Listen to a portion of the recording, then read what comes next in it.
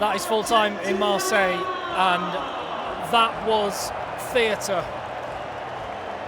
My goodness me, that was sporting theatre. You could say a tragedy, certainly looking at the Wales players on the pitch right now. In fact, can I show you that? Absolute dejection, as you would imagine. The many fans that travelled, that is the cruelty of top level sport. You have to firstly say, I guess, congratulations to Argentina for a performance with spirit that we haven't really seen until last week, and they are pulling it together. Although you have to say that game was probably low on quality, high on errors, high on tension.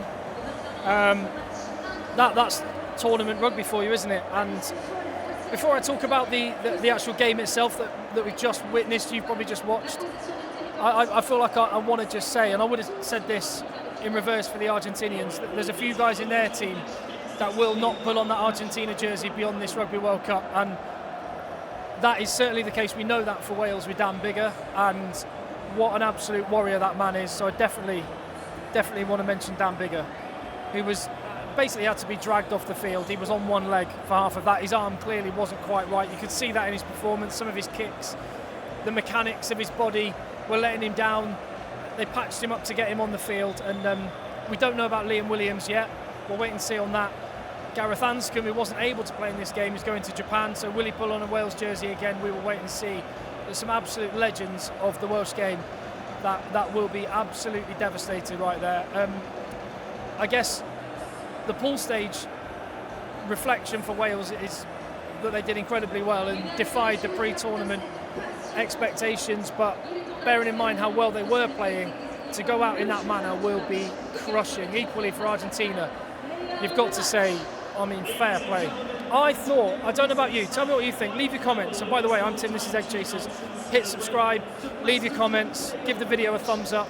My thought was that game was done, as Dan Biggar was lining up a penalty kick to go 13-0 up if he'd have got the kick. He missed it, as it turned out. Had he got the kick, I was sat back thinking, this is over. Because by that point, the opening 20 minutes, Argentina had coughed up tons of ball. They had a good opening 2 minutes, and then they made error after error after error after error. And Wales found it unbelievably easy to just get round the outside of Argentina.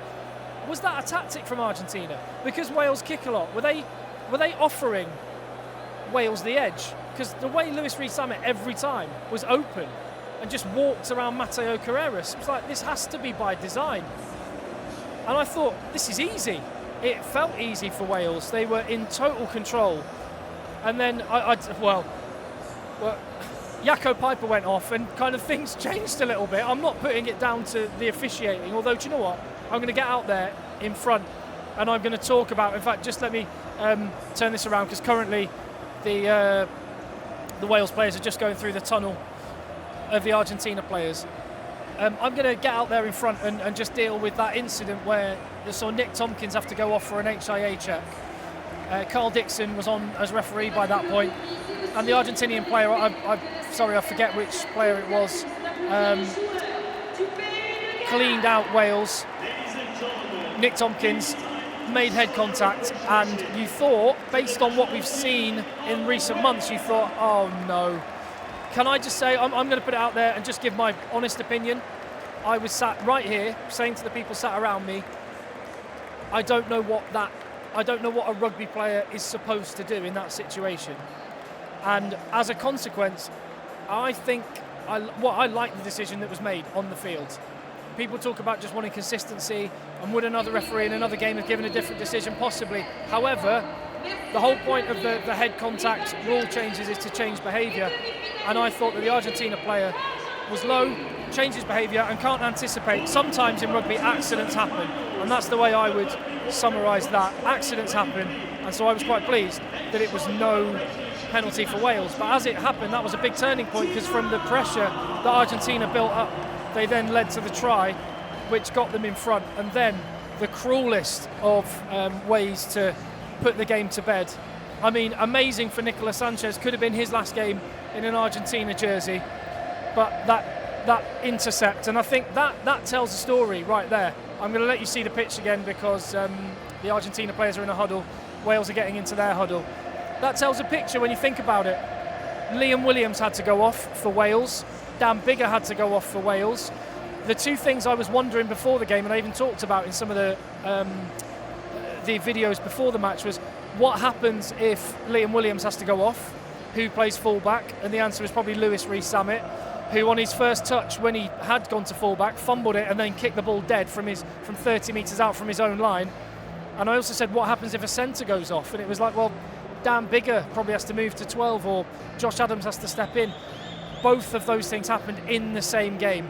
That's the kind of thing that's really hard to plan for, really hard to legislate for, and I do feel for Warren Gatland and Wales on that front in particular, but I think that tells a story, doesn't it? That amount of experience, a couple of hundred caps between them went off the field. They already didn't have Taulupe Faletau, whereas Argentina brought on Augustin Crevi, who got the turnover that they led to their final penalty before the final whistle, and they had Nicolas Sanchez come on, who's been there, done there, guided Argentina to wins before. The Argentina team are having a proper sing-song. I'll see if you can see this. They're bouncing. They're all pogoing down on the middle. I don't know if you can see that, but the fans are as well. Argentina's fans are incredible. They really are. This is very, very special, I've got to say. They summoned something. Do you know, I'm still finding it hard to believe that Argentina won that based on the first half. The second half, it was all Argentina, and they were the much savvier, much smarter, much more streetwise team, and they totally deserved the win. But yeah, what was I saying about experience? Yeah, all that experience came off the bench for Argentina. All that experience was injured and unable to play for Wales. And I'm looking ahead to tomorrow night's game, South Africa against France. As this game was unfolding, I was suddenly thinking, this is why Rassie Erasmus has picked the squad that he's picked. Because in knockout rugby, the last 20 minutes of matches can be tense as you like. And South Africa have Faf de Klerk, Andre Pollard, Vincent Koch, who else? There's another player, Willy Leroux, all on their bench, World Cup winners. That can calm the ship. And that may well be what it comes down to. It's a big part of what it came down to today for Argentina. But, I mean, the story of this game is just missed. How did Wales not put that game to bed in the first half? How did Argentina hang on? I mean, Wales were even streetwise in the first half in the sense that they were giving away good penalties. I mean, how they didn't get a warning sooner and maybe a yellow card as well for penalties on their own line, but they were like good penalties. They were taking potential 7 points for Argentina and making sure they were only 3 points. It was like really savvy stuff, and I thought, Wales have got this. Argentina, you could have put some clown music to Argentina, because they made so many errors, but they rode their luck, and fair play. Michael Cheika gave the better half-time team talk. I think that's the big takeaway from that, and they had the experience and firepower on their bench. So commiserations to Wales. Their fans are ace. I'll get out there and chat to some of them in a minute. The stadium is purely blue and white at the minute. The Wales fans have gone off into Marseille dejected. I'm sure they'll be cheering for England tomorrow. I've no doubt all the Wales fans will be cheering. Yeah? No? Is that not how it works?